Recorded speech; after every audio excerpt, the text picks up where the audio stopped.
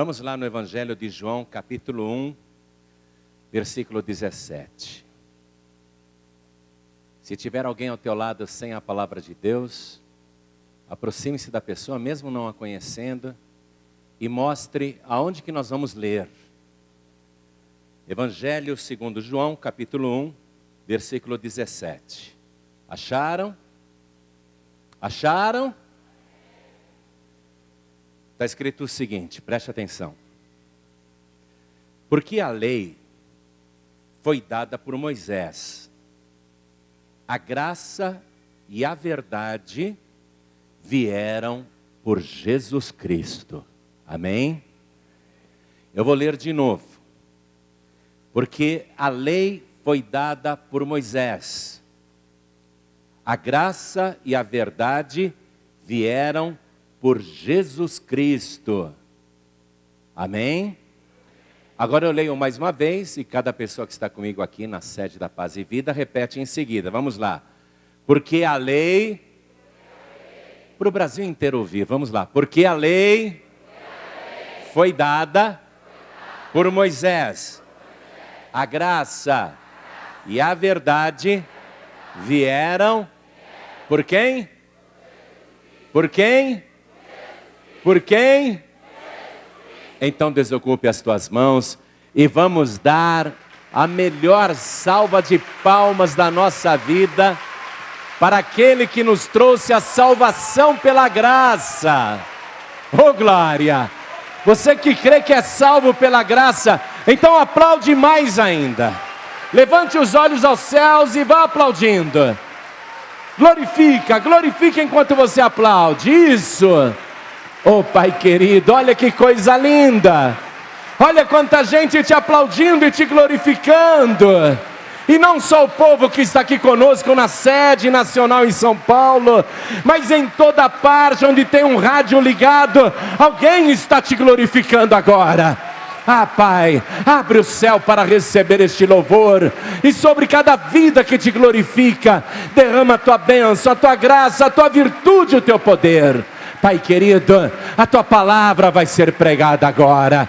Esta multidão não veio aqui para ouvir um homem falar, todos querem ouvir a tua palavra. Então vem com teu espírito, tome o lugar do pregador, tome os lábios do mensageiro, envia a tua palavra com poder e autoridade, e que a tua palavra vá e produza o resultado para o qual está sendo mandada.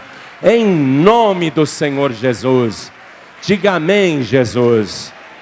Quem tiver lugar pode sentar. Vamos ficar aqui nesse versículo e vamos entender uma coisa e outra. A lei foi dada por Moisés. Bem, a lei foi dada por Moisés. Em que momento da história da humanidade isso aconteceu? Cerca de 1450 anos antes de Cristo. Moisés, ele recebeu um chamado de Deus, subiu o Monte Sinai, o Monte Horebe também, tem esse nome, e ali Deus falou com ele, e revelou a sua palavra. E nós encontramos a oficialidade da lei no livro de Êxodo, capítulo 20. E eu quero que você vá comigo até lá, por favor. E nós vamos ler a partir do versículo 1. Isto aqui que nós vamos ler agora foi um fato insólito na história da humanidade. Deus se revelando e falando claramente. Então eu quero que você acompanhe comigo esse capítulo 20, especialmente no que diz respeito às tábuas da lei, o decálogo, os 10 mandamentos. Vamos lá. Já acharam? Êxodo capítulo 20. Então falou Deus todas estas palavras dizendo: eu sou o Senhor teu Deus, que te tirei da terra do Egito, da casa da servidão. Não terás outros deuses diante de mim. Não farás para ti imagem de escultura, nem alguma semelhança do que há em cima nos céus, nem embaixo na terra, nem nas águas debaixo da terra. Não te encurvarás a elas, nem as servirás, porque eu, o Senhor teu Deus, sou Deus zeloso, que visito a maldade dos pais nos filhos até a 3ª e 4ª geração daqueles que me aborrecem. E faço misericórdia em milhares aos que me amam e guardam os meus mandamentos. Então, até aqui no versículo 6, você recebeu o primeiro e o segundo mandamento. E agora vem o terceiro mandamento. E eu quero que você preste atenção em alguns detalhes. Vamos ver se você vai perceber isso. Versículo 7, o início do terceiro mandamento. Não tomarás o nome do Senhor teu Deus em vão, porque o Senhor não terá por inocente o que tomar o seu nome em vão. Lembra-te do dia do sábado para o santificar. 6 dias trabalharás e farás toda a tua obra, mas o 7º dia é o sábado do Senhor teu Deus. Não farás nenhuma obra, nem tu, nem o teu filho, nem a tua filha, nem o teu servo, nem a tua serva, nem o teu animal, nem o teu estrangeiro que está dentro das tuas portas. Porque em 6 dias fez o Senhor os céus e a terra, o mar e tudo que neles há, e ao 7º dia descansou. Portanto, abençoou o Senhor o dia do sábado e o santificou. Tudo isso Deus foi falando aqui, e nós tivemos entre o versículo 7 e o versículo 11, nós tivemos o terceiro e o quarto mandamento. Veja só.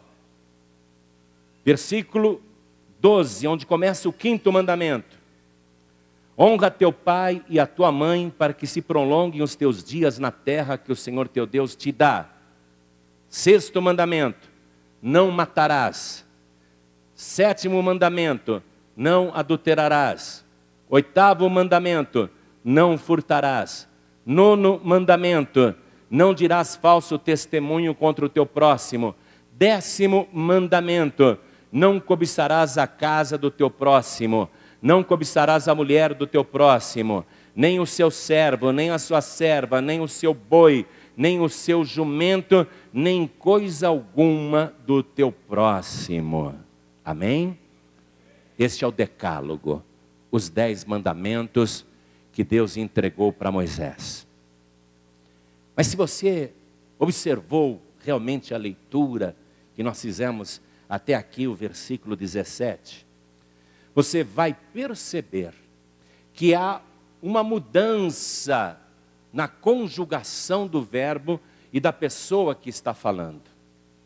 Veja só, do versículo 1 até o 6, é uma pessoa dizendo eu, e esta pessoa diz, eu sou o Senhor teu Deus. Ele fala na primeira pessoa do singular, eu. A partir do versículo 7, você vê que é alguém falando de outra pessoa. Não tomarás o nome do Senhor teu Deus. Mudou. Alguém está falando de Deus como uma outra pessoa. Neste caso, o que nós depreendemos, o que nós compreendemos aí? Que Deus realmente falou do versículo 1 até o 6. E que depois Moisés começa a escrever e dar a lei, evidentemente por inspiração divina, não por uma fantasia humana. É evidente que ele está sendo inspirado, mas perceba que não é mais a primeira pessoa, o eu falando. Olha só, se fosse a primeira pessoa, ainda falando no versículo 7, como que ficaria esse versículo se fosse a primeira pessoa do singular? Não tomarás o meu nome em vão, porque eu, o Senhor, não terei por inocente o que tomar o meu nome em vão. É assim que está escrito? Não. Percebemos então que daí para frente é Moisés falando, escrevendo, inspirado, toda escritura é inspirada por Deus. Moisés está sendo inspirado, mas é ele que está dando a lei agora. Amém? Verdadeiramente o que foi que Deus falou quando ele disse, eu, o Senhor teu Deus? O que foi que ele disse? Não terás outros deuses diante de mim. Não é isso? Não terás ninguém diante de mim. Ninguém diante de mim. Nem outro Deus, nem outra divindade, nem outra pessoa. Não terás ninguém diante de mim. Nem o marido, nem a mulher, nem o filho. E Jesus aqui na terra confirmou isso. Se alguém amar o seu pai, a sua mãe, o seu filho, a sua filha, a sua mulher, o seu marido mais do que a mim, não é digno de mim. Então Deus, ele faz questão dessa primícia, dessa exclusividade. Não terás outros deuses e nem ninguém diante de mim. Não farás para ti imagem de escultura, nem alguma semelhança do que há em cima nos céus, nem embaixo na terra. Aqui Deus começa a falar o segundo mandamento. Olha só. O primeiro e o segundo é realmente Deus falando na primeira pessoa. Acompanhe. Ele proíbe de se fazer escultura de qualquer coisa semelhante que há no céu, na terra ou nas águas debaixo da terra. E ele diz no versículo 5, não te encurvarás a elas, nem as servirás, porque eu, o Senhor, teu Deus. Aqui é ele dando uma ordem direta, sou eu que estou falando. Eu, o Senhor teu Deus, sou Deus zeloso, que visita a maldade dos pais nos filhos, até a terceira e quarta geração daqueles que me aborrecem. E faço misericórdia em milhares aos que me amam e guardam os meus mandamentos. Verdadeiramente, então, quais são os mandamentos que Deus está dando de viva voz e na primeira pessoa? Só eu sou Deus. Somente eu tenho que ser adorado, e eu proíbo você, eu proíbo cada ser humano que eu criei, de fazer para si qualquer imagem de escultura, adorá-la, se ajoelhar diante dela, reverenciá-la, venerá-la, como dizem os padres, não é? Tentando enganar o povo, como se venerar fosse diferente de adorar. Basta qualquer pessoa consultar o dicionário Aurélio e vai comprovar que venerar e adorar é a mesma coisa. Não é? Aí é Deus dizendo, eu proíbo o meu povo. E se alguém quiser ser o meu povo, tem que guardar a minha palavra, porque eu farei misericórdia em milhares a todos os seus descendentes e as suas gerações. Amém? Aí Moisés vem legislando a partir do versículo 7. Por isso que a leitura que nós fizemos em João capítulo 1, 17, disse que a lei veio por Moisés, mas a graça e a verdade veio por Jesus Cristo. Amém? Então agora, eu quero fazer com você algumas considerações. Qualquer pessoa de bem, até as que não são religiosas, e até os ateus, conseguem guardar a maioria desses mandamentos sem muito esforço. E eu quero tomar com você agora, ler esta palavra, a partir do versículo 7, portanto, mostrando que esses mandamentos podem ser cumpridos até pelo ateu, porque o ateu não toma o nome de Deus em vão, ele não acredita em Deus mesmo. Não é? Um ateu, ele gosta de descansar uma vez por semana. O ateu também honra o pai e a mãe. O ateu, não é porque ele é ateu que ele sai matando as pessoas. O ateu não mata. Eu conheço ateus de grande caráter, incapazes de matar. Não matam, não adulteram, não furtam, não dizem falso testemunho, não cobiça nem a mulher e nem coisa alguma do seu próximo. Quer dizer que esses mandamentos que vieram em seguida, a partir do versículo 7, Na verdade, constitui-se uma lei universal que está escrita na consciência de cada morador da terra. As pessoas nascem com essa lei secreta, oculta, invisível, gravada na consciência. É o nosso código moral que está dentro de nós. Mas já que em Êxodo capítulo 20, a partir do versículo 1, a gente começou a receber esta palavra, inicialmente dada por Deus e depois continuada por Moisés, e aqui é só o princípio, porque depois a lei e os profetas vai por todo o Antigo Testamento numa infinidade de ordenanças que começam a complicar e ritualizar de uma tal maneira que as pessoas ficam zonzas, impossibilitadas de cumprirem tantas ordenanças. Mas eu quero me deter aqui no Decálogo, porque no Evangelho de João, capítulo 5, versículo 39, Jesus disse o seguinte, preste atenção. Examinais as Escrituras, porque vós cuidais ter nelas a vida eterna, e são elas que de mim testificam. Quer dizer que o Antigo Testamento, que era a única escritura disponível na época de Jesus Cristo, recebeu do próprio Senhor um credenciamento de que Ele é o assunto central, o tema central de toda a lei e os profetas. E já que aqui começa a lei e os profetas, em Êxodo capítulo 20, versículo 1 em diante, começa a lei e depois virão os profetas para complementá-la, nós vamos começar a examinar essa escritura.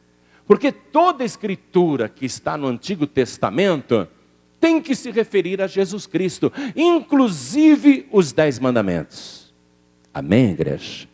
Inclusive os 10 mandamentos. Então, nós vamos ver que esse decálogo que está aqui no capítulo 20 de Êxodo, na verdade, se refere a uma série de coisas que não poderiam ter feito contra Jesus Cristo e fizeram.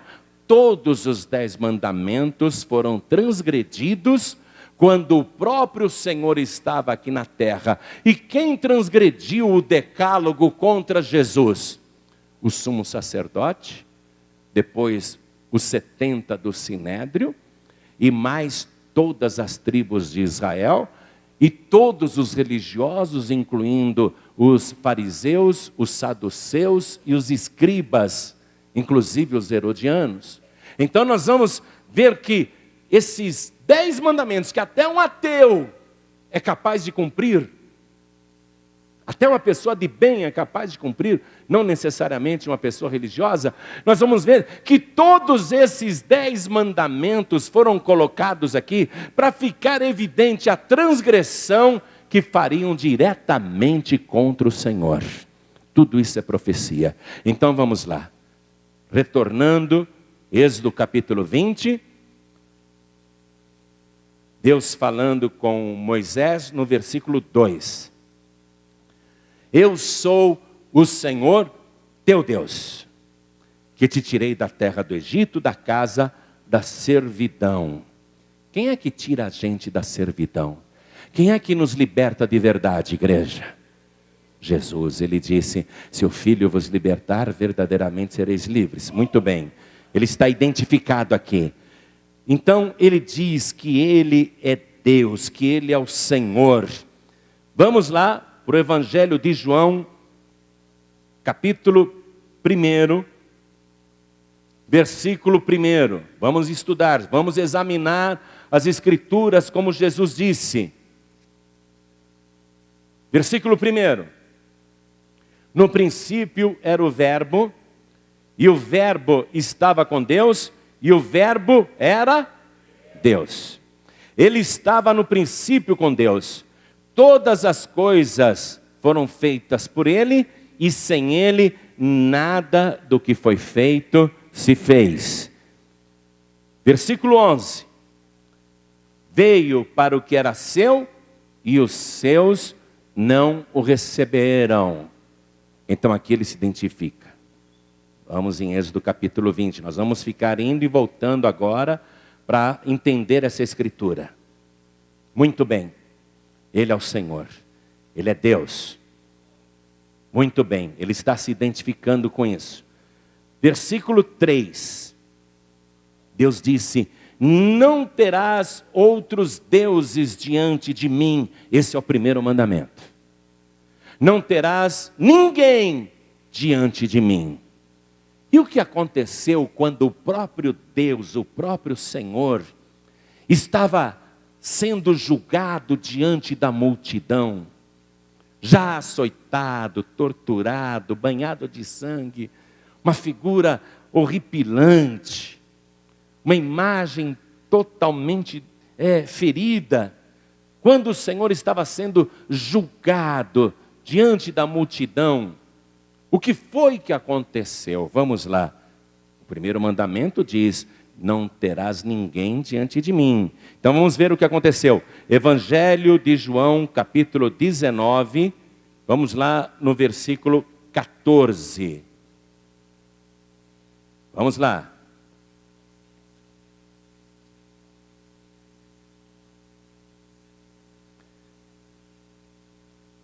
E era a preparação da Páscoa, e quase a hora sexta. E Pilatos disse aos judeus: eis aqui o vosso rei. Porque o rei dos judeus é Deus. Pilatos, ele está na sexta-feira, às 6 horas da manhã, com a multidão diante dele. E Pilatos coloca Jesus diante da multidão e apresenta dizendo: eis aqui o vosso rei. Versículo 15. Mas eles bradaram: tira, tira, crucifica-o. Disse-lhes Pilatos: hei de crucificar o vosso rei? Responderam os principais dos sacerdotes: não temos rei senão o César. Já transgrediram o primeiro mandamento. Não terás ninguém diante de mim. Está o Senhor diante de todo o povo, aquela síntese da humanidade. E a humanidade escolhe outra pessoa ao invés do Senhor. E aqui se transgride o primeiro mandamento. Continuando a leitura, versículo 17. E levando ele as costas à sua cruz, saiu para o lugar chamado Calvário, que em hebraico se chama Gólgota, onde o crucificaram, e com ele outros dois, um de cada lado e Jesus no meio. E Pilatos escreveu também um título e pô-lo em cima da cruz, e nele estava escrito: Jesus Nazareno, Rei dos Judeus. E muitos dos judeus leram este título, porque o lugar onde Jesus estava crucificado era próximo da cidade, e estava escrito em hebraico, grego e latim.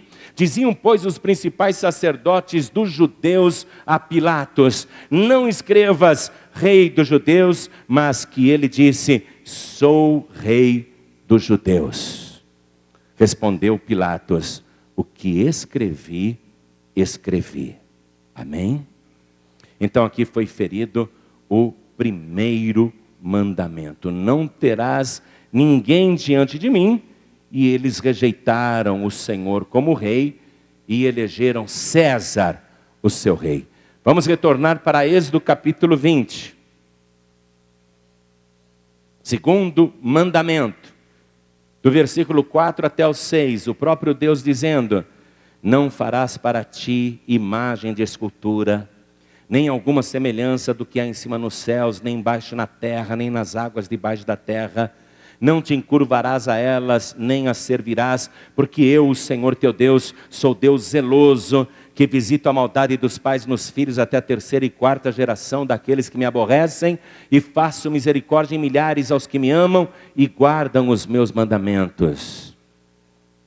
Isso até a nossa geração vem transgredindo, fazendo imagens de escultura, à semelhança de anjos, a semelhança de pessoas que viveram no passado, a semelhança de supostas aparições, fazendo esculturas, se inclinando diante delas e adorando. E alguém tenta até fazer uma escultura que represente Jesus. E diante dela se ajoelha, adora, reza, acende vela, faz promessa. Até a nossa geração hoje, transgredindo o segundo mandamento. Terceiro mandamento, vamos lá, igreja. Não tomarás o nome do Senhor teu Deus em vão, porque o Senhor não terá por inocente o que tomar o seu nome em vão. Vamos ver o cumprimento dessa profecia, quando o próprio Senhor estava aqui na terra. Evangelho segundo Mateus, quero que você vá comigo, no capítulo 12, versículo 24. Mateus 12, versículo 24. Jesus tinha acabado de expulsar um demônio e ter feito um cego e mudo falar e ver. E olha o que os fariseus diziam. Mas os fariseus, ouvindo isso, diziam: este não expulsa os demônios, senão por Beelzebu, príncipe dos demônios. Jesus, porém, conhecendo os seus pensamentos, disse-lhes: todo reino dividido contra si mesmo é devastado, e toda cidade ou casa dividida contra si mesma não subsistirá. E se Satanás expulsa, Satanás está dividido contra si mesmo. Como subsistirá, pois, o seu reino?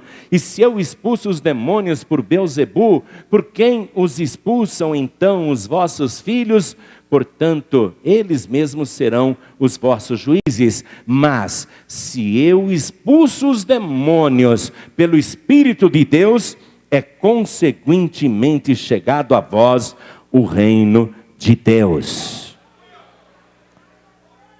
Deus disse que não teria por inocente quem tomasse o seu nome em vão. E o que é que Jesus diz aqui logo em seguida? Vamos lá, versículo 31, estou em Mateus 12, 31. Veja que o Senhor não muda a palavra dele. Portanto eu vos digo, todo pecado e blasfêmia se perdoará aos homens, mas a blasfêmia contra o Espírito não será perdoada aos homens. Tomou o nome do Senhor Deus em vão. E isso é grave. Versículo 32. E se qualquer disser alguma palavra contra o Filho do Homem, ser-lhe-á perdoada, porque ele é perdoador, morreu para perdoar, lógico. Mas se alguém falar contra o Espírito Santo, não lhe será perdoado, nem neste século, nem no futuro. Vamos tomar aqui outra prova agora, de que eles, quando o próprio Senhor estava na terra, tomavam o nome do Senhor em vão. Vamos aqui mesmo em Mateus capítulo 27, versículo 63. Tudo que está no Antigo Testamento é profecia e se refere a Jesus Cristo. Vamos acompanhar.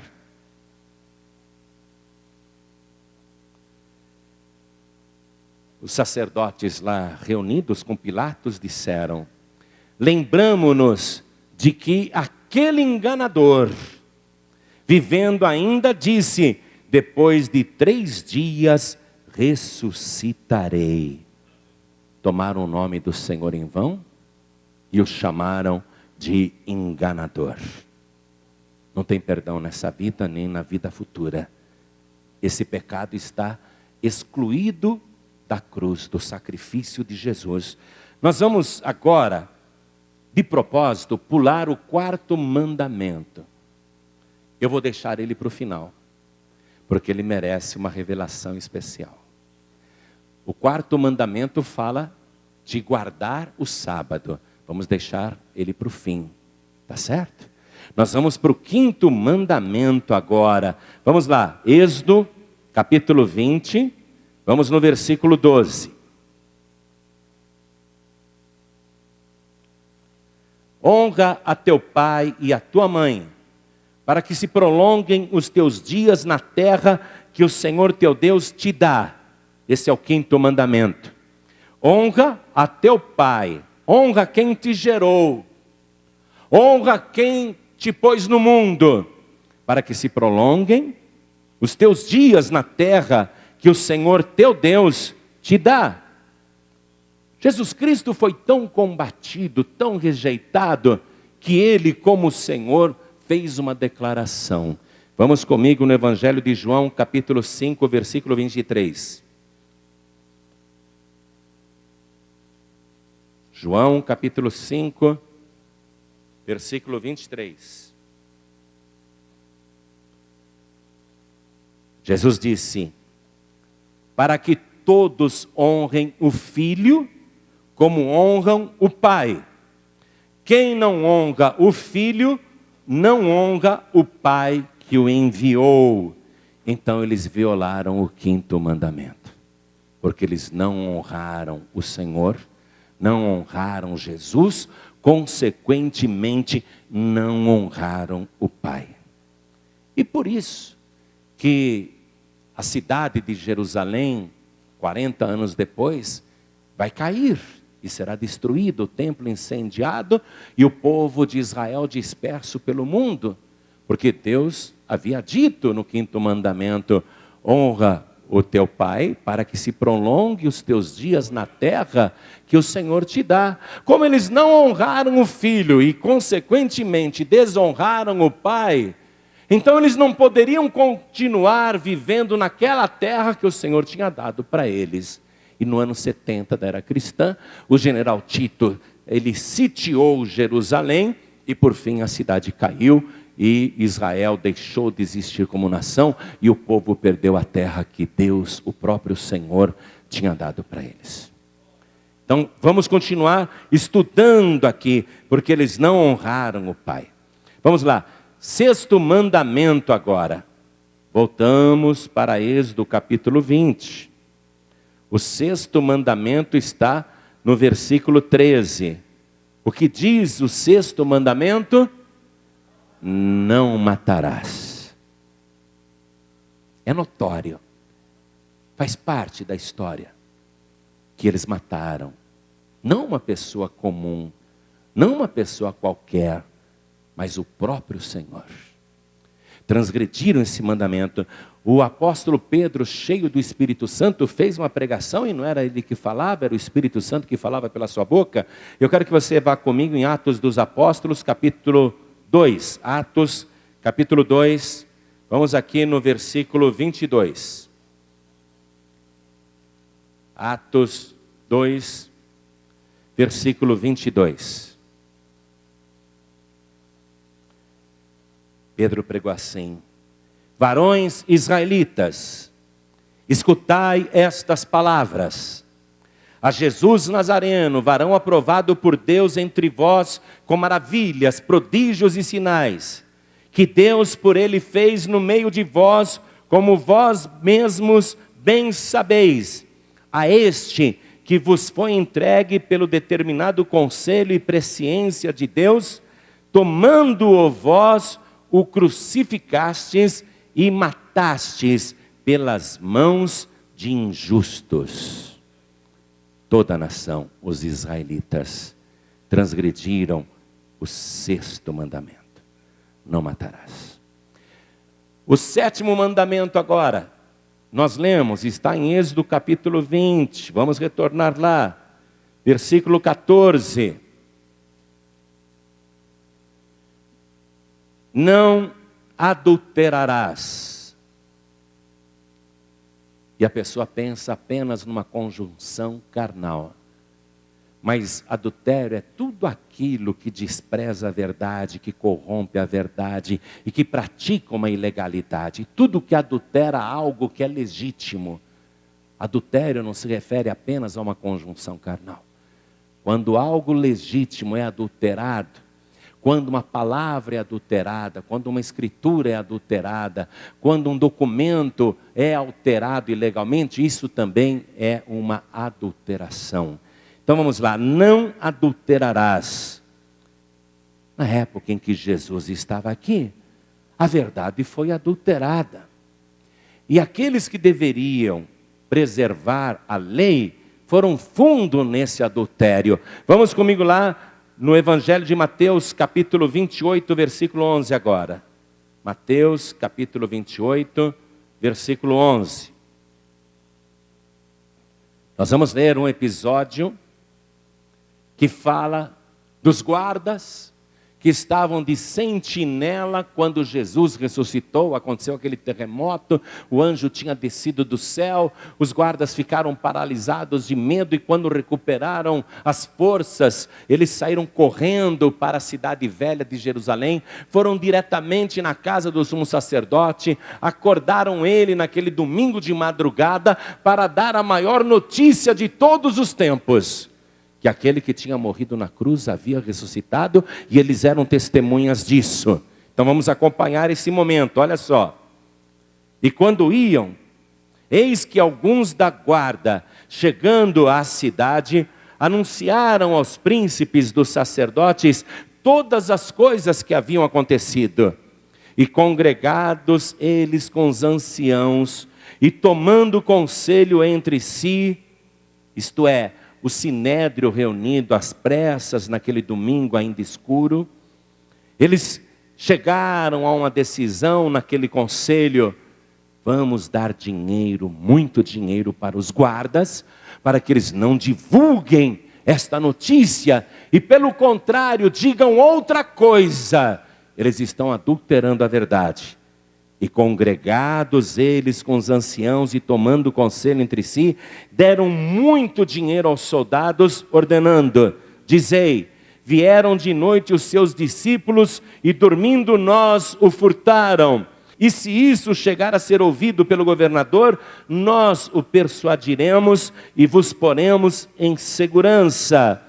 E eles, recebendo o dinheiro, fizeram como estavam instruídos. E foi divulgado este dito entre os judeus até ao dia de hoje: não adulterarás. E eles adulteraram a verdade, e essa verdade permanece adulterada para os judeus até o dia de hoje. Os judeus divulgam essa história até hoje. Jesus não ressuscitou não, os discípulos roubaram o cadáver dele, é tudo mentira. Eles corromperam as testemunhas, adulteraram a verdade, transgrediram o 7º mandamento. O 8º mandamento está em Êxodo capítulo 20, vamos retornar lá, no versículo 15. Tudo que está no Antigo Testamento, Jesus disse: fala de mim, examinem. Versículo 15 diz assim: não furtarás. Não furtarás. Eles tinham que transgredir esse mandamento. Quando Jesus ainda pregava livremente, a oposição foi aumentando violentamente.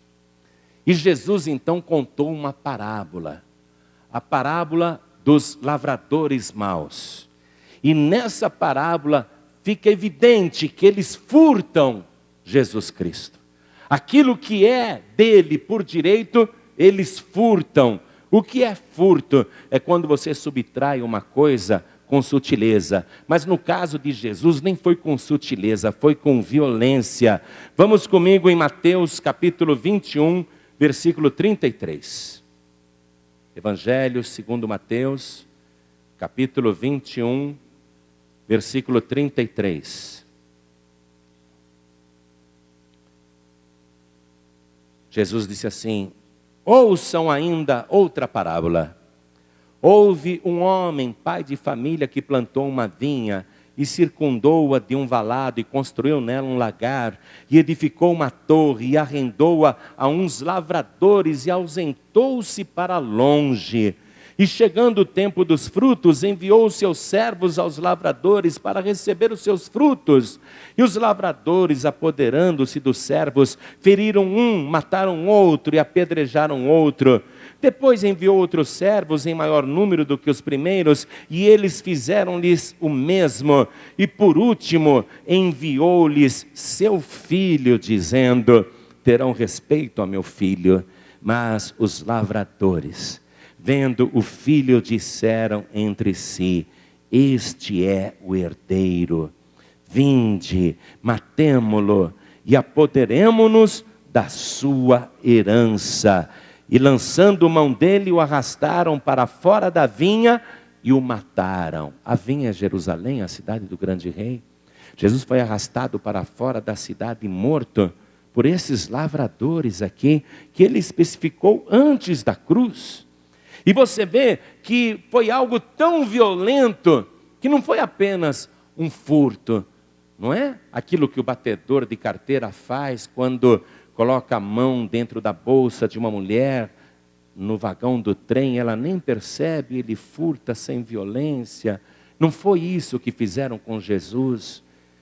Violentamente, foi um latrocínio, quando se mata para roubar. Eles mataram para roubar, transgrediram o 8º mandamento. Mas agora, o 9º mandamento, vamos para o 9º mandamento, que está em Êxodo capítulo 20, versículo 16. Diz assim: não dirás falso testemunho contra o teu próximo. E o que eles fizeram ao prender Jesus? Levaram para um tribunal fajuto, ilegítimo, inapropriado, funcionando de noite, o que é proibido. Nenhum tribunal pode fazer isso. E começaram a arrumar testemunhas falsas para que Jesus fosse condenado naquele julgamento. Vamos comigo ver isso lá no Evangelho de Mateus, capítulo 26, versículo 59. Vamos lá. Não dirás falso testemunho contra o teu próximo. Vamos lá. Vamos ver o que fizeram com o próprio Senhor. Mateus 26, versículo 59. Ora, os príncipes dos sacerdotes e os anciãos e todo o conselho buscavam falso testemunho contra Jesus para poderem dar-lhe a morte. Começaram a contratar pessoas. Você seria capaz de testemunhar contra ele aí no tribunal? Você seria capaz de se apresentar como testemunha contra ele? E várias testemunhas falsas, contratadas pelos sacerdotes que deviam zelar pelo decálogo, eles tentam condenar Jesus à morte. Versículo 60 diz: e não o achavam. Isso que é glorioso, né? Não apareceu ninguém para falar mal de Jesus. Não apareceu ninguém para expor o caráter dele, falar de qualquer falha ou defeito, ou qualquer coisa errada que ele tenha feito. E assim tinha que ser, amados. Ele deveria ser bem examinado, porque ele era o cordeiro daquela Páscoa. E o sacerdote, antes de sacrificar o cordeiro que o pecador trazia, ele examinava bem o cordeiro para ver se era perfeito. Então examinaram Jesus da cabeça até os pés. Examinaram e reviraram até do avesso. E não acharam um defeito no Cordeiro de Deus que tira o pecado do mundo. Mas falsas testemunhas vieram aos montes, contratadas por aqueles que deveriam impedir o falso testemunho. Agora, o 10º mandamento está lá em Êxodo capítulo 20, versículo 17. Vamos lá. Êxodo capítulo 20, versículo 17. Não cobiçarás a casa do teu próximo, não cobiçarás a mulher do teu próximo, nem o seu servo, nem a sua serva, nem o seu boi, nem o seu jumento, nem coisa alguma do teu próximo. Quer dizer, não cobiçarás, não invejarás. Não invejarás coisa alguma do teu próximo. Muitas traduções aí está escrito exatamente assim, não invejarás, não é? Está exatamente assim. Quem tem uma tradução que está dizendo não invejarás? Quem tem? Tem alguém? Uma tradução que diz não invejarás? Veja, não cobiçarás, não invejarás. Jesus era muito invejado quando estava fazendo sinais, prodígios e maravilhas que nem Moisés havia realizado, nem Elias, nem Eliseu, nem Daniel, nem ninguém. rangiam os dentes de inveja de Jesus Cristo, tinham inveja dele, inveja dos seus discípulos, tinham inveja das palavras que ele dizia, porque ele pregava com autoridade, e não como os fariseus hipócritas. O povo ficava assim, extasiado, ouvindo Jesus pregar. O povo, as multidões, milhares e milhares de pessoas ali para ouvir Jesus pregar, enquanto as sinagogas ficavam vazias. Eles tinham muita inveja, cobiçavam o povo de Jesus. Desse jeito todo o povo vai crer nele. Nós temos que fazer alguma coisa. Vocês viram o que ele fez? Ele ressuscitou o Lázaro que estava morto há 4 dias. Se nós o deixarmos assim, todos crerão nele. Inveja de Jesus. Eles feriram isso. Mas vamos comigo aqui no julgamento de Jesus. No Evangelho de Marcos, capítulo 15. Eu quero ler o versículo 9. Marcos, capítulo 15, versículo 9. Jesus já estava preso. Estava já arrebentado pelas torturas. Pilatos, diante da multidão, tenta o recurso de oferecer Barrabás para morrer na cruz. E Pilatos responde assim para a multidão: quereis que vos solte o rei dos judeus?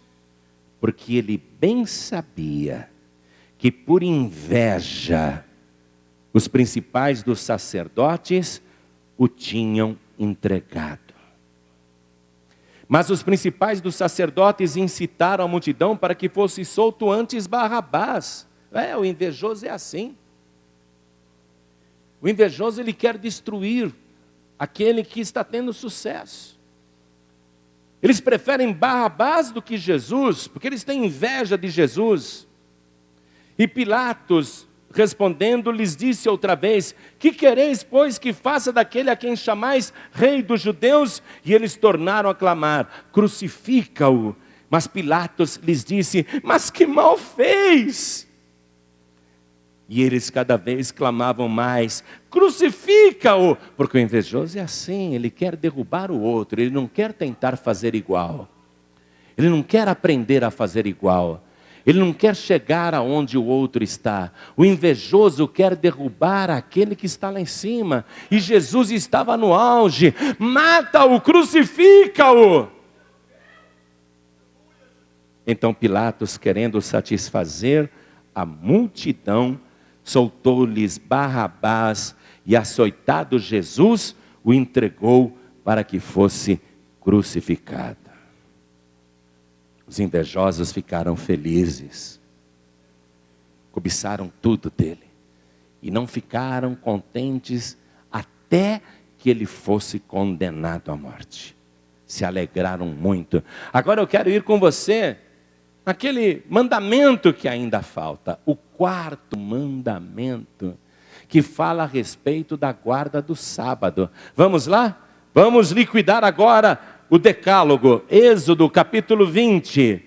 Vamos lá no versículo 8. Deixei no final de propósito, porque muita gente se apega nisso para ficar dizendo para você: não, você tem que guardar o sábado. Tem que guardar o sábado. Você tem que guardar o sábado. Tem gente que defende isso como dogma, porque a palavra diz assim, ó: lembra-te do dia do sábado para o santificar. 6 dias trabalharás e farás toda a tua obra. Mas o 7º dia é o sábado do Senhor teu Deus. Não é isso? Mas isso tem que ser uma profecia também.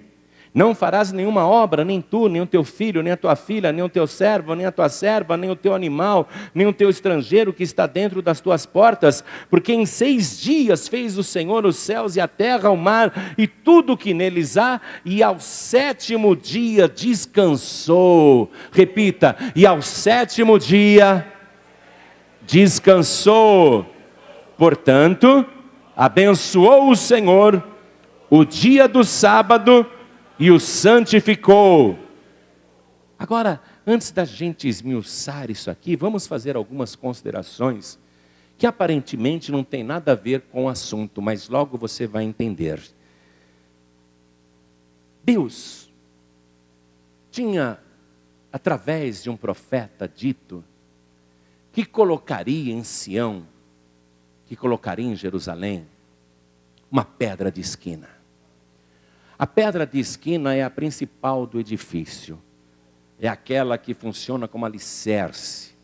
Sem aquela pedra principal, a pedra de esquina, não há edifício, porque ele desmorona.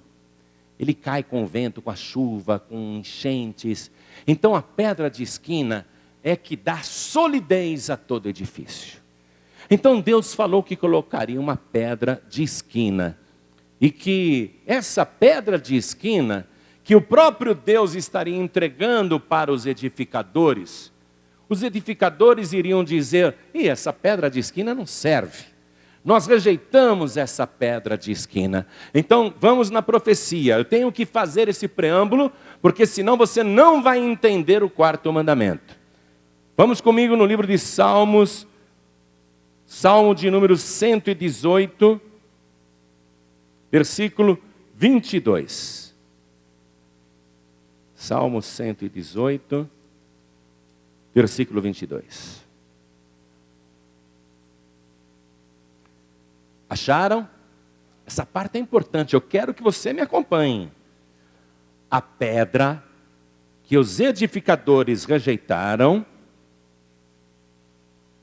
tornou-se cabeça de esquina. Foi o Senhor que fez isto, e é coisa maravilhosa aos nossos olhos. A pedra de esquina, que os edificadores iriam rejeitar, é a pedra principal. É a pedra onde o edifício deve ser construído. Quem fez isso foi o Senhor. Não foi um profeta.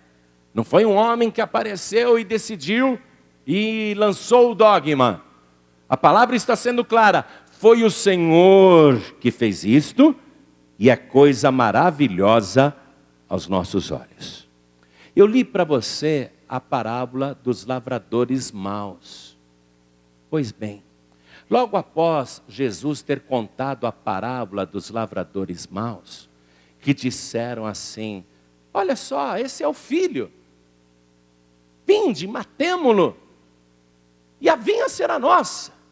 Logo após Jesus ter contado a parábola, mostrando que sabia o que fariam com ele, Jesus liga diretamente a sua pessoa com esse versículo aqui que nós acabamos de ler no Salmo 118, versículo 22. Então vamos comigo lá em Mateus capítulo 21, versículo 42. E eu estou emocionado de te mostrar essas coisas, porque é óleo fresco, é coisa que Deus entregou. Mateus 21, 42, vamos lá. Ache, por favor. Mateus 21, 42. Após ele ter contado a parábola dos lavradores maus, diz-lhes Jesus: nunca lestes nas Escrituras? A pedra que os edificadores rejeitaram, essa foi posta por cabeça do ângulo. Pelo Senhor foi feito isso, e é maravilhoso aos nossos olhos. Jesus se identifica com uma pedra de esquina. Ele está dizendo: eu sou a pedra de esquina. Portanto eu vos digo que o reino de Deus vos será tirado e será dado a uma nação que deu seus frutos. E quem cair sobre esta pedra, despedaçar-se-á. E aquele sobre quem ela cair, ficará reduzido a pó. E os príncipes dos sacerdotes e os fariseus, ouvindo estas palavras, entenderam que falava deles. Entenderam. Jesus revelou para eles a palavra: eu sou a pedra de esquina. Eu sei o que vocês vão fazer comigo, mas vocês estão perdidos. E os sacerdotes, os escribas e os fariseus, quando ouviram isso, rangeram mais ainda os dentes, porque entenderam. A palavra foi revelada, entenderam o que Jesus estava dizendo. Versículo 46, e pretendendo prendê-lo, recearam o povo porquanto o tinham por profeta. Mas vamos confirmar esse esclarecimento de que Jesus é a pedra de esquina. Vamos lá em Atos dos Apóstolos, capítulo 4, versículo 11. Isso é importante para você entender ali o quarto mandamento. Atos dos Apóstolos, capítulo 4, versículo 11. Ele é a pedra que foi rejeitada por vós, os edificadores, a qual foi posta por cabeça de esquina. Salmo 118, versículo 23 disse: isto foi feito pelo Senhor e é maravilhoso aos nossos olhos. Então quem determinou que ele é a pedra de esquina é o próprio Senhor. O que quer dizer a pedra de esquina? É o que mantém o edifício da salvação de pé. Sem ele não há salvação. Quem não tiver essa pedra de esquina, o seu edifício não é seguro e vai cair. Quando vier o vento, a tempestade, o transbordamento dos rios, a enchente, a chuva, a casa vai cair. Porque Jesus é a pedra de esquina. Não adianta você colocar Buda ali como pedra de esquina. Buda não é pedra de esquina. Não adianta você colocar Maomé como pedra de esquina. A casa vai cair. E me perdoe, eu amo Maria, mas não adianta você colocar Maria como pedra de esquina. A casa vai cair. E Pedro não é a pedra de esquina, Pedro é uma pedrinha. A pedra de esquina é Jesus Cristo, não adianta você colocar outra pedra. E o próprio Pedro faz o esclarecimento quando ele está pregando isso. E olha o que ele diz no versículo 12: e em nenhum outro há salvação, porque também debaixo do céu nenhum outro nome há dado entre os homens, pelo qual devamos ser salvos. Ser a pedra de esquina significa a tua fé tem que estar alicerçada, tem que estar em cima de Jesus Cristo. E quem fez isso foi o próprio Deus. Jesus não é uma religião humana, uma escolha de uma igreja, mas foi o próprio Senhor que fez isto. E isto é maravilhoso aos nossos olhos. Vamos confirmar isso. Eu quero esclarecer para a gente ir para o quarto mandamento. Eu quero que você vá comigo também na carta aos Efésios, capítulo 2, versículo 20. Acha depressa aí. Aos Efésios, capítulo 2, versículo 20. Aqui é Paulo escrevendo. Você que fica colocando Paulo como teu padroeiro aí. Paulo não é pedra de esquina. Olha o que ele escreveu. Edificados sobre o fundamento dos apóstolos e dos profetas, de que Jesus Cristo é a principal pedra de esquina.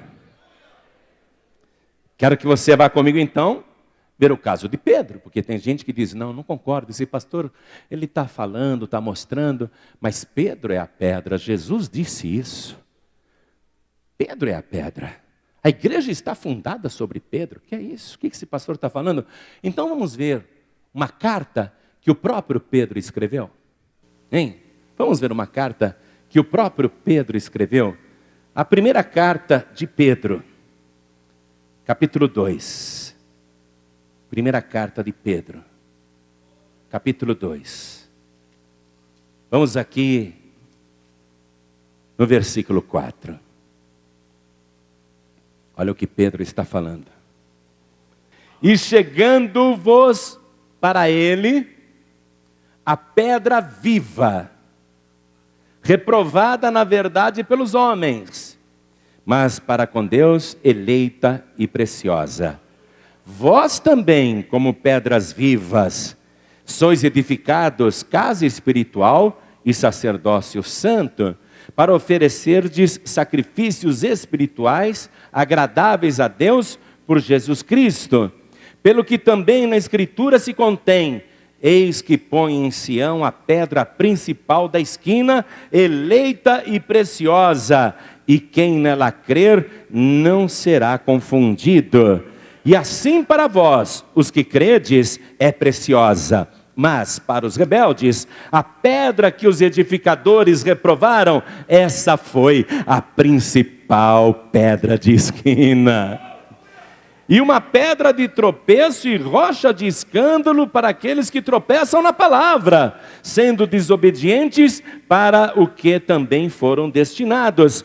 Mas vós sois a geração eleita, o sacerdócio real, a nação santa, o povo adquirido, para que anuncieis as virtudes daquele que vos chamou das trevas para a sua maravilhosa luz. Amém? Quem é a pedra de esquina? Jesus. Não é Pedro? Está claro isso? É Jesus? Muito bem, a igreja está construída sobre a pedra de esquina, que é Cristo. Nós somos as pedrinhas. Nós é que formamos esse edifício, não é? Agora, muito bem, feito esse esclarecimento sobre a pedra de esquina, eu quero fazer um esclarecimento para você de que Jesus não guardava o sábado. Eu quero que isso fique bem claro para você.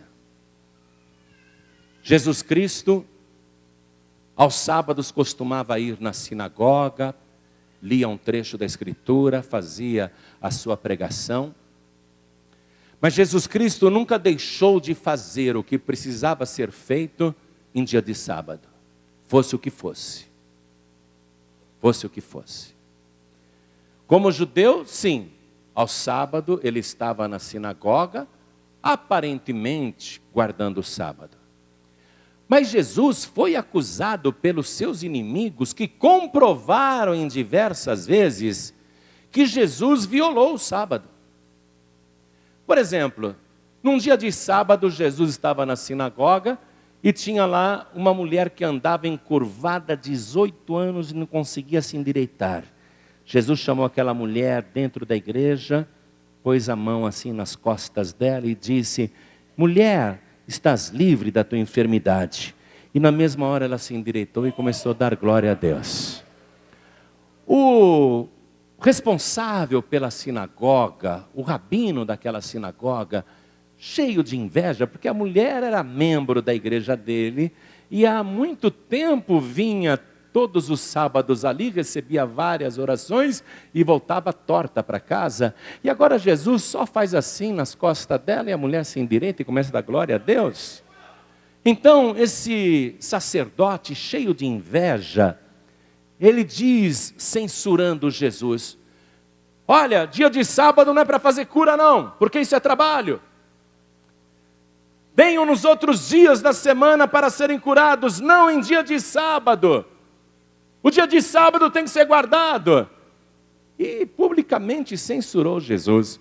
E Jesus, vendo que era por inveja, disse para ele: seu hipócrita, se você tem uma ovelha e em dia de sábado ela cai num buraco, você não se apressa em tirá-la? Aí o sacerdote calou a boca, porque ele tinha ovelhas. E provavelmente Jesus citou um fato da vida dele. Jesus deve ter visto aquele sacerdote um dia atrás aí, visto em visão, e ele sabia de tudo, vendo aquele sacerdote com o maior sacrifício: coitada da minha ovelhinha, está caída no buraco, eu vou pegar, está difícil de salvar. Jesus falou na mosca, foi no alvo, calou o rabino, calou o sacerdote. Aí Jesus diz assim: e por qual razão não devíamos livrar em dia de sábado esta pobre mulher, filha de Abraão, a quem Satanás trazia presa há 18 anos? E aí todo mundo se calou. Em outro sábado, Jesus estava numa sinagoga. Tinha um homem lá com a mão assim, mirrada, sentado na última fileira, rejeitado, desprezado. Ele até escondia a mão dentro da roupa, que ele tinha vergonha. Jesus disse assim: vem aqui para frente, fica no meio do povo. Eu? Ele com a mãozinha dele, eu? Aí ele veio no meio do povo. Jesus olhou em volta e disse assim: é lícito em dia de sábado fazer o bem ou fazer o mal? Matar ou salvar? Curar ou ferir? Aí Jesus viu que ninguém respondeu nada. Ele disse para o homem que tinha a mão mirrada: estende a tua mão. E o homem só fez assim, e a mão dele foi curada na hora. Trabalho médico. Operou em dia de sábado. Hein? Jesus, evidentemente, violava o sábado. Várias, estou citando algumas. Algumas vezes, um dia ele chegou para um homem e falou assim, e era sábado: você quer ficar curado? Ah, mas eu não tenho ninguém que me jogue dentro do tanque quando o anjo mexe as águas. Levanta-te, toma a tua cama e vai para a tua casa. Aí o homem, na mesma hora, sentiu a perna estremecer, se levantou, pegou a cama e pôs nas costas e saiu carregando. Em dia de sábado, muita gente chegou para ele: ô, para, hoje é sábado, rapaz, hoje é sábado. Para! Jesus ensinou o homem a violar o sábado. Para, hoje é sábado. Como é que você está carregando essa cama? Ah, o homem que me curou, porque eu era um paralítico, ele me disse: levanta-te, toma a tua cama e vai para a tua casa. Eu estou obedecendo quem me curou. Ora essa. Se ele tem autoridade para me curar, ele tem autoridade para me dar um salvo-conduto. Eu posso andar onde eu quero? E foi embora. Estou citando alguns casos aqui, há vários. Jesus, ele não guardava o sábado não, gente. Aliás, ele era acusado o tempo todo de violar o sábado. Vamos lá. Evangelho de João, capítulo 9, versículo 14.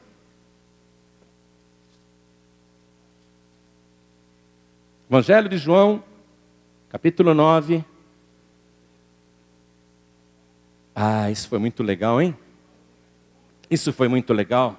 Dia de sábado, Jesus chega para um cego e fala assim: ó, pega esse barro aqui, vai lavar agora, está tudo no teu olho, vai lavar lá no tanque de Siloé. Aí ele tinha feito barro no dia de sábado, né? Você sabe que no dia de sábado eles não deixam você nem acender fogo.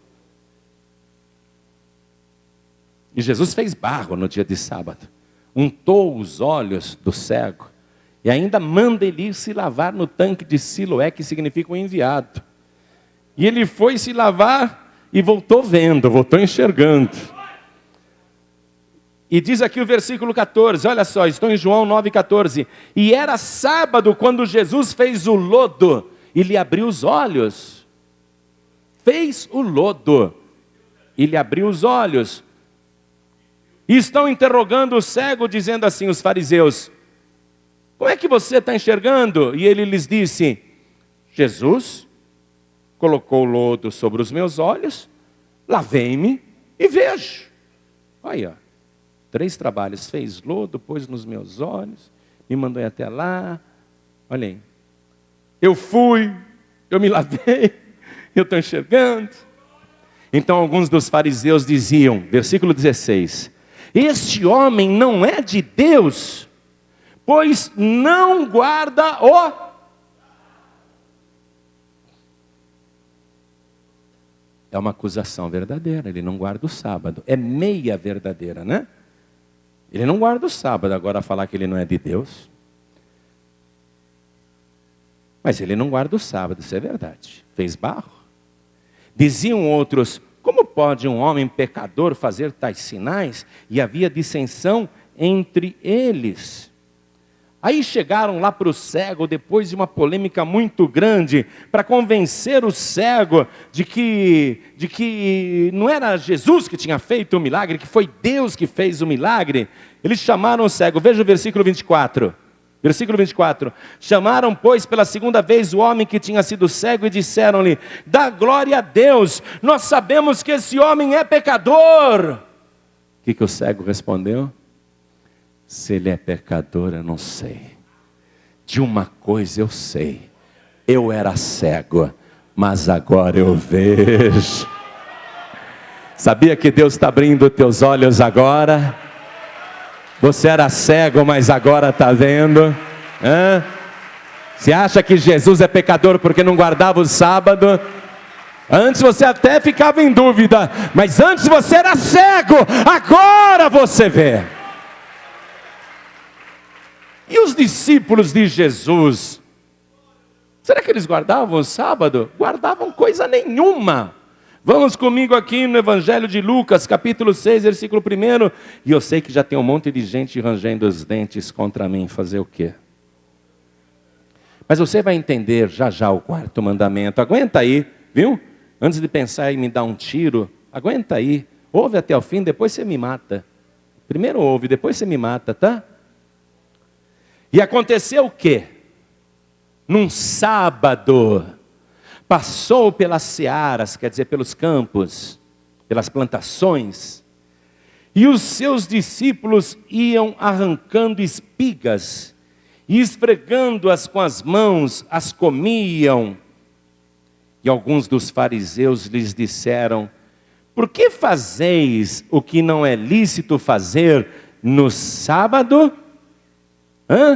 Quer dizer, eles não guardavam o sábado.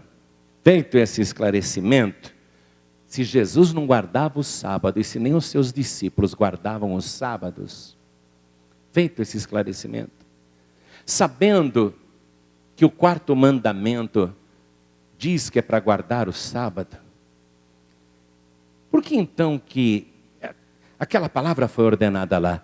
Vamos lá, vamos voltar para Êxodo, capítulo 20. Vamos voltar. Você também já compreendeu que ele é a pedra de esquina. Está feito esse esclarecimento? Está tudo certinho aí agora? Então vamos lá, Êxodo capítulo 20, versículo 8. Lembra-te do dia do sábado para o santificar. 6 dias trabalharás e farás toda a tua obra. Você sabia que Jesus fez isto, foi e voltou de Jerusalém durante a semana inteira, dia após dia, para descansar no Shabá, no sábado? Porque o sábado é do Senhor, está aqui, ó, está aqui. Mas o 7º dia é o sábado do Senhor teu Deus, é o Shabá. A palavra Shabá, que nós traduzimos como sábado, quer dizer descanso. É o descanso do Senhor teu Deus. Isso é profecia, amados. Isso é profecia. O que está aqui é profecia. Jesus não guardava o sábado, nem os discípulos guardavam os sábados. O que está aqui é profecia. A palavra está mostrando que eles iriam transgredir todos os mandamentos contra o Senhor. Só faltava esse. Transgredir o Shabá, transgredir o sábado. Os sumos sacerdotes da época de Jesus, os fariseus, os escribas, os saduceus, os herodianos, eles tinham que transgredir o 4º mandamento. Mostrar que o homem não consegue se salvar obedecendo a lei de Deus, que ele transgride mesmo, porque a lei veio por Moisés, a graça veio por Jesus Cristo. O objetivo aqui do decálogo é mostrar que eles iriam violar inclusive o sábado do Senhor. Então vamos lá no Evangelho de Mateus capítulo 27, estou no versículo 62. Vamos lá, eu quero que você ache, isso é importante. Mateus capítulo 27, versículo 62. E no dia seguinte, que é o dia depois da preparação, vamos esclarecer aqui primeiro. O dia seguinte é a morte de Jesus, hein? O dia seguinte é a morte de Jesus. Em que dia que Jesus morreu, igreja? Sexta-feira. Qual é o dia seguinte? Muito bem. E no dia seguinte, que é o dia depois da preparação, Mateus está sendo claro, o dia depois da preparação, quer dizer, todos os judeus se preparavam na sexta-feira, tudo que tinha que ser feito no sábado, eles faziam um dia antes, eles se preparavam na sexta-feira. Bom, amanhã não pode cozinhar, então, amanhã é sábado, vamos fazer a comida hoje, vamos deixar tudo pronto, tem que preparar tudo hoje, é o dia da preparação. Amanhã não pode acender fogo, então nós temos que acender o fogo hoje, a preparação é hoje.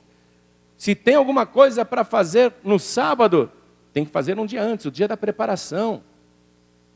Então Mateus, que era judeu, ele está sendo claro, ele está frisando 2 vezes a que dia ele se refere, ao sábado. E no dia seguinte, depois da morte de Jesus, e no dia seguinte, que é o dia depois da preparação, o dia da preparação é sexta-feira. Que é o dia depois da preparação. Qual é o dia da preparação, igreja?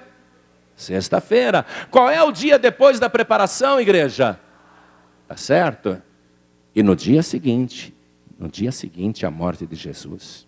Que é o dia depois da preparação, ou seja, depois da sexta-feira, o dia seguinte após a sexta-feira, ou seja, no sábado. Reuniram-se os príncipes dos sacerdotes e os fariseus em casa de Pilatos. Saíram de onde estavam, do templo, e foram até o palácio de Pilatos no sábado, fazendo uma caminhada proibida, percorrendo um trecho que a lei não permitia. E os fariseus se declaravam os mais zelosos da lei, apedrejavam quem não guardava o sábado, e eles lavavam as mãos, eles não cumprimentavam qualquer estrangeiro. Eu fui para Israel em maio, agora de 2009, e nós entramos lá numa parte sagrada para o judeu, e tinham muitos ortodoxos, e eu não me lembro se foi o pastor Ubiratã, ou se foi o meu sobrinho, o pastor Daniel, ou se foi o pastor Joaquim Neto, ou se foi o pastor Marcos Lima, eu não lembro qual dos meus filhos na fé fez isso. Chegou para um judeu ortodoxo que estava ali, para pedir uma informação, porque a gente queria que abrissem uma cortina para a gente olhar os rolos da lei. Então, um dos meus filhos na fé tocou no judeu ortodoxo. Quando só tocou para pedir informação, para pedir uma informação, ele disse: não me toque, porque isso os torna impuros. O que os sacerdotes e os fariseus fizeram no sábado? Caminharam até o palácio de Pilatos e se reuniram com aquele imperador romano, assassino, homicida, ladrão, corrupto, pagão, omisso, covarde.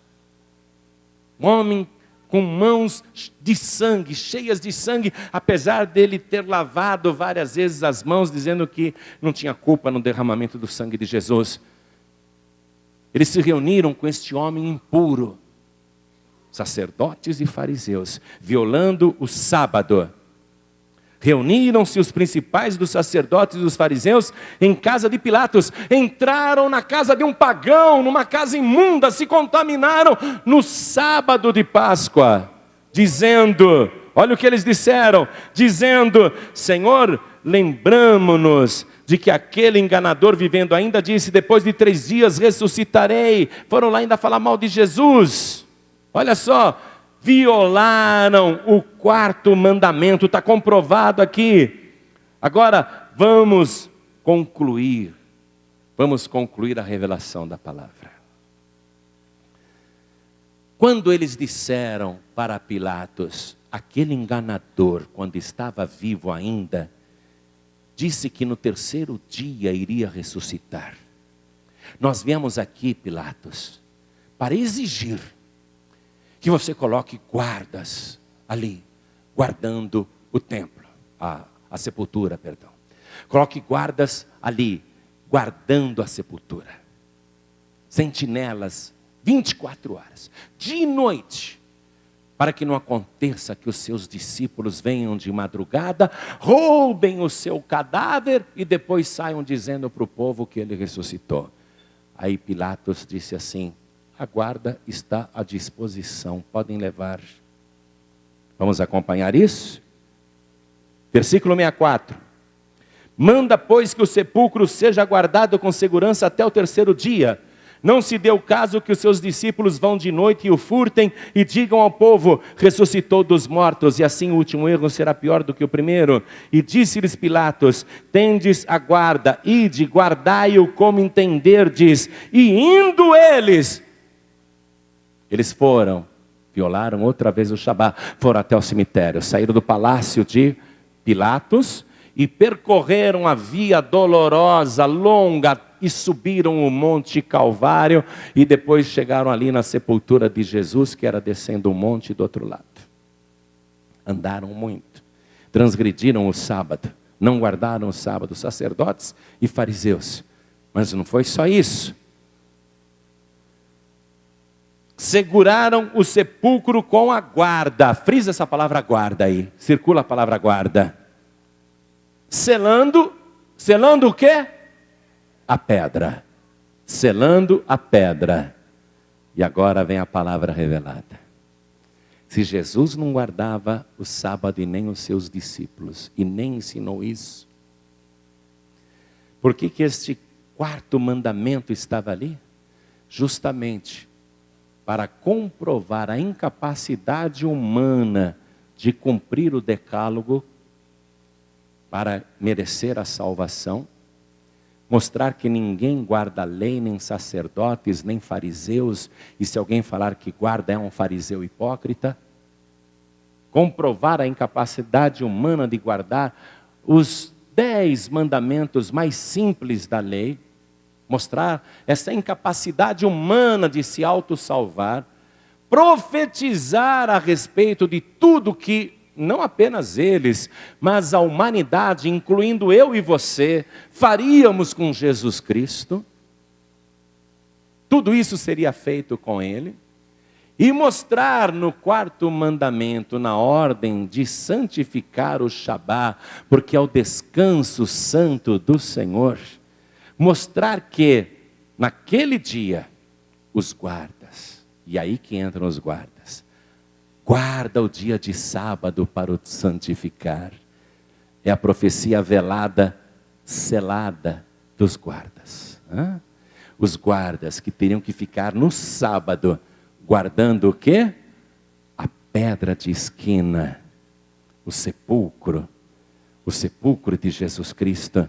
Eles tiveram, inclusive os sacerdotes e os fariseus, tiveram que ir até lá para guardar a pedra de esquina. No dia de sábado, ficaram guardando a pedra de esquina. Então, quando você ler outra vez, guarda o dia de sábado para o santificar, lembre-se, isso é uma profecia da guarda romana que foi lá guardar a pedra de esquina para ela não se mover, ela tem que ficar lacrada aí. E selaram a pedra que estava na entrada do sepulcro, quer dizer, uma profecia selada da pedra de esquina. Isso estava selado, mas você antes era cego, agora você está vendo. Os soldados ficaram ali no dia de sábado guardando a pedra de esquina para que ela não se movesse, mas não adiantou nada, porque no dia seguinte ao sábado a pedra se moveu. Não só a pedra que estava na entrada do sepulcro,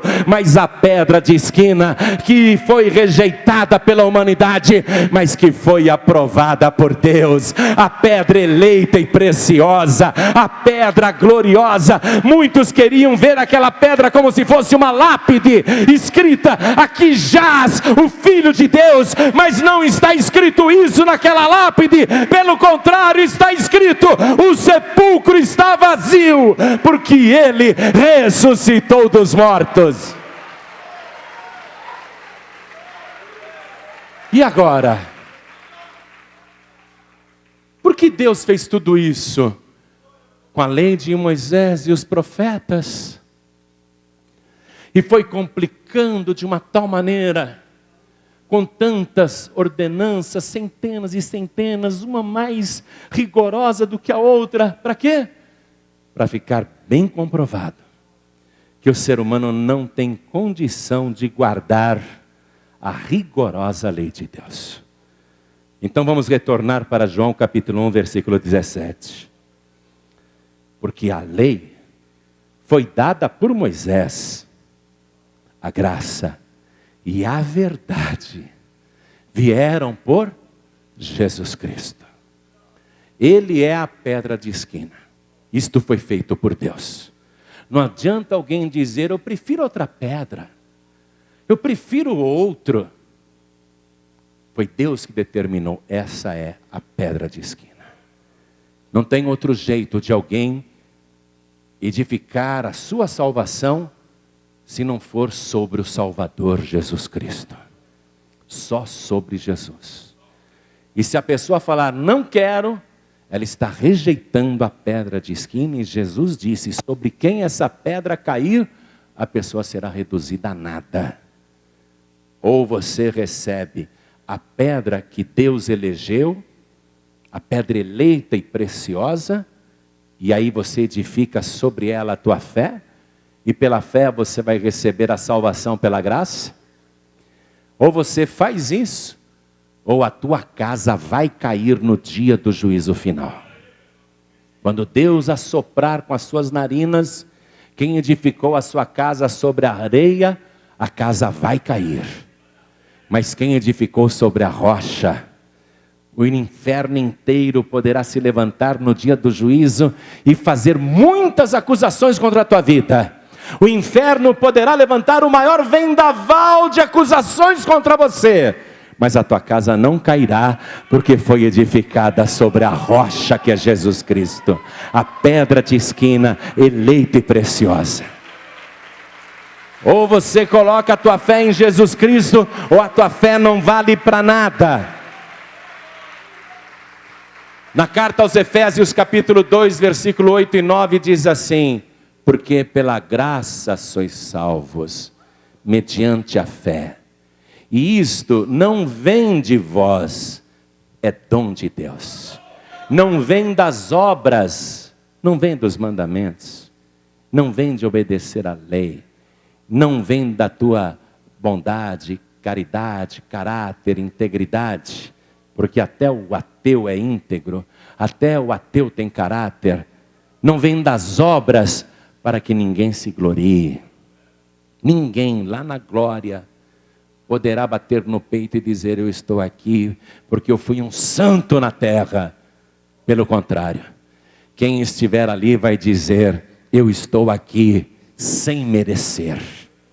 Estou aqui, foi um presente de Deus. Se Deus olhasse para a minha vida e pelas coisas que eu fiz na terra quando eu era vivo, Deus me mandaria para os quintos dos infernos. Mas Deus não olhou para mim.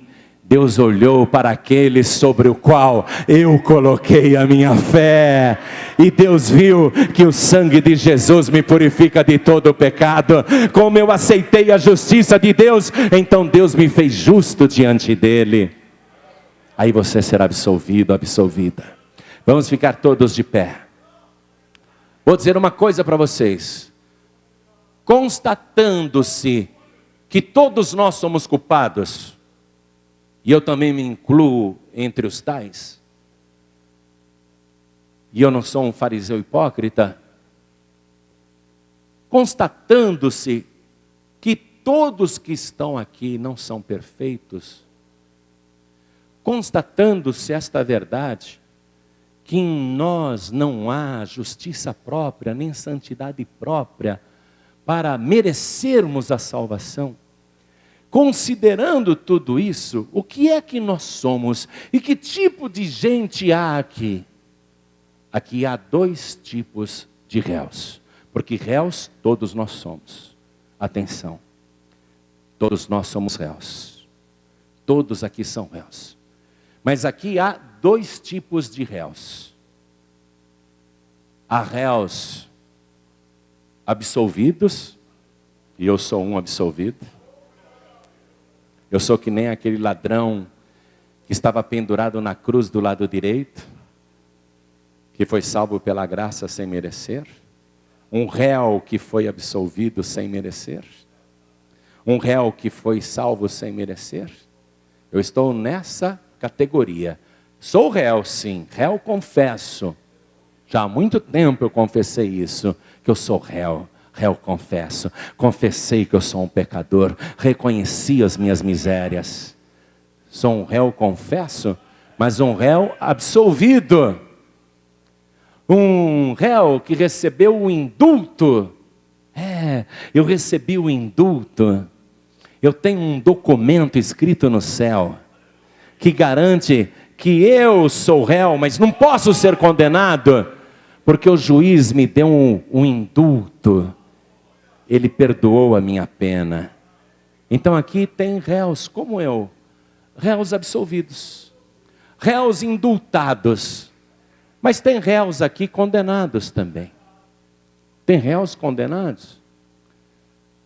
E se esse réu condenado não fizer nada, não apelar para o advogado correto, se apelar para outro advogado, se você passar a tua procuração para outro advogado, o juiz que é Deus vai te condenar. Se você andou passando procuração para Buda, ou para Maomé, ou para Aparecida, ou para Pedro, ou para Tadeu, ou para Expedito, ou para Benedito, sei lá para quem. Se você andou passando procuração para advogado errado, o teu advogado já está condenado, você vai ser condenado também. Agora, se você que é réu e caminha para a condenação, passar agora a tua procuração para o advogado dos advogados, que é Jesus Cristo, ele vai defender a tua causa, e o juiz vai declarar que não obstante você ser réu, você está indultado, você está absolvido. E aí vai ser lavrado um documento eterno, um documento lá na glória, não com uma tinta qualquer, mas com o precioso sangue de Jesus Cristo. E nesse documento celestial vai estar registrado que você, não obstante ser culpado, foi absolvido. Tudo o que você tem que fazer é receber a pedra de esquina que os outros rejeitaram. Isto foi feito pelo Senhor. Só existe uma pedra de esquina. Isto foi feito pelo Senhor. Quem receber o que Deus fez, então vai receber a justiça de Deus, a salvação de Deus. Olhem todos para mim, porque esse é o momento mais importante de toda a tua vida. Porque a partir de agora o seu destino poderá ser mudado. Eu fico pensando naquele ladrão que estava numa outra cruz do lado direito de Jesus, lá no Monte Calvário. Eu fico pensando nesse ladrão que ouviu Jesus dizer assim: em verdade eu te digo que ainda hoje estarás comigo no paraíso. Eu fico imaginando aquele réu condenado na justiça romana e judaica. Eu fico imaginando aquele réu que estava condenado pela justiça dos homens e por isso morreu também em outra cruz. Eu fico imaginando ele ouvindo essas palavras e morrendo 1 hora depois, sei lá quanto tempo depois. Mas eu imagino ele morrendo, fechando os olhos. Por algum momento assim, ele fechou os olhos. Mas naquele momento em que os seus olhos estavam fechados, algo estava acontecendo com a alma dele. A alma dele estava sendo carregada. Ele não sabe para qual destino está sendo levado, mas a alma dele está sendo carregada. E finalmente, quando ele abre os olhos, eu imagino aquele ladrão no paraíso de Deus, abrindo seus olhos, maravilhado, olhando em volta, dizendo: que lugar lindo é esse? Que lugar maravilhoso é esse? Eu imagino ele chegando para alguém e dizendo: vem cá, que lugar é esse aqui? E alguém ali dizendo para ele: aqui é o paraíso de Deus. Eu imagino até mais, como Jesus disse: ainda hoje estarás comigo no paraíso. Eu imagino até um pouquinho mais, vai? Posso imaginar, não posso? Imagino ele abrindo os olhos assim. Aí ele vê e olha: opa, não era o Senhor que estava naquela cruz do meio? Mas o Senhor estava todo machucado, banhado de sangue. E aqui estou vendo o Senhor com vestes brancas, resplandecentes, cinto de ouro no peito, e na tua coxa está escrito: Rei dos Reis e Senhor dos Senhores. Até isso nós podemos imaginar. Até isso. Ainda hoje estarás comigo no paraíso. Pela graça sois salvos, mediante a fé. Isto não vem de vós, é dom de Deus. Vamos tomar posse da salvação? Quem aqui quer receber o Senhor Jesus como único, suficiente, exclusivo e eterno Salvador? Quem quer, erga sua mão direita assim bem alto. Todos que querem, todos. Olha quanta gente que quer. Todos que ergueram as mãos, venham aqui para frente comigo. E eu vou ficar de joelhos aqui te esperando. Vem para cá. Isso, vem para cá. Vem para cá, porque a procuração que você vai passar agora elege Jesus Cristo teu advogado. E ele nunca perdeu uma causa. Nenhum réu que confiou nele foi condenado, nem a mulher adúltera. Quem confia nele não entra em condenação. Ele disse: quem crê em mim passou da morte para a vida. E está chegando mais gente. Vamos aplaudir mais ao nome do Senhor. Isso, vamos aplaudir. E está chegando mais, vamos aplaudir. Eu quero chamar você também, que está afastado, que está sem igreja, ou que está fraca na fé. Pastor, às vezes eu não tenho vontade de ir para a igreja, às vezes eu não tenho vontade de ler a palavra, às vezes eu não tenho vontade de orar, às vezes eu não tenho vontade de jejuar. Pastor, eu não estou conseguindo seguir Jesus de maneira correta. Eu quero orar por você. Saia do teu lugar, vem aqui para frente também, e vamos aplaudir ao nome do Senhor Jesus, mas muito, vamos aplaudir muito, porque a lei e os profetas veio por Moisés, mas a graça e a verdade veio por Jesus Cristo, e quem vem a Jesus Cristo, de maneira nenhuma será lançado fora. Vamos aplaudir mais, igreja. Enquanto mais pessoas estão chegando, quero falar com você que está assistindo um DVD, ou vendo um programa na TV, quer entregar a vida para Jesus, se ajoelhe ao lado aí do teu televisor. Você que está me ouvindo pela rádio ou pela internet, no Brasil ou fora do nosso país, quer entregar a vida para Jesus ou voltar para o Senhor, se ajoelhe ao lado do teu rádio, ao lado do teu computador. Você que está dirigindo, quer entregar a vida para Jesus, não precisa parar o veículo, diminua a velocidade, coloque a mão direita sobre o teu coração. E eu vou convidar você que está comigo aqui na sede nacional da Paz e Vida a dobrar o seu joelho agora diante do altar, como eu também estou de joelhos dobrados. Vou chamar o meu filho na fé, pastor Ubiratã Araújo, e vou pedir a toda a igreja que de pé ainda, estenda a mão direita na direção de cada pessoa que está ajoelhada. E você que está de joelhos aqui, coloque a mão direita assim sobre o teu coração e ore assim comigo: meu Deus e meu Pai, a tua palavra é a verdade, e ela comprova que nem os mais simples mandamentos conseguimos cumprir. Erramos sempre, e quem tropeça em um só mandamento se torna culpado de toda a tua lei. Eu reconheço que sou réu, era um réu condenado, mas agora estou aqui de joelhos, diante do juiz, para declarar que nomeei o Senhor Jesus, a pedra de esquina, como meu advogado, e eu o elegi como meu único, suficiente, exclusivo e eterno Salvador. Agora, meu Deus, escreve o meu nome no livro da vida.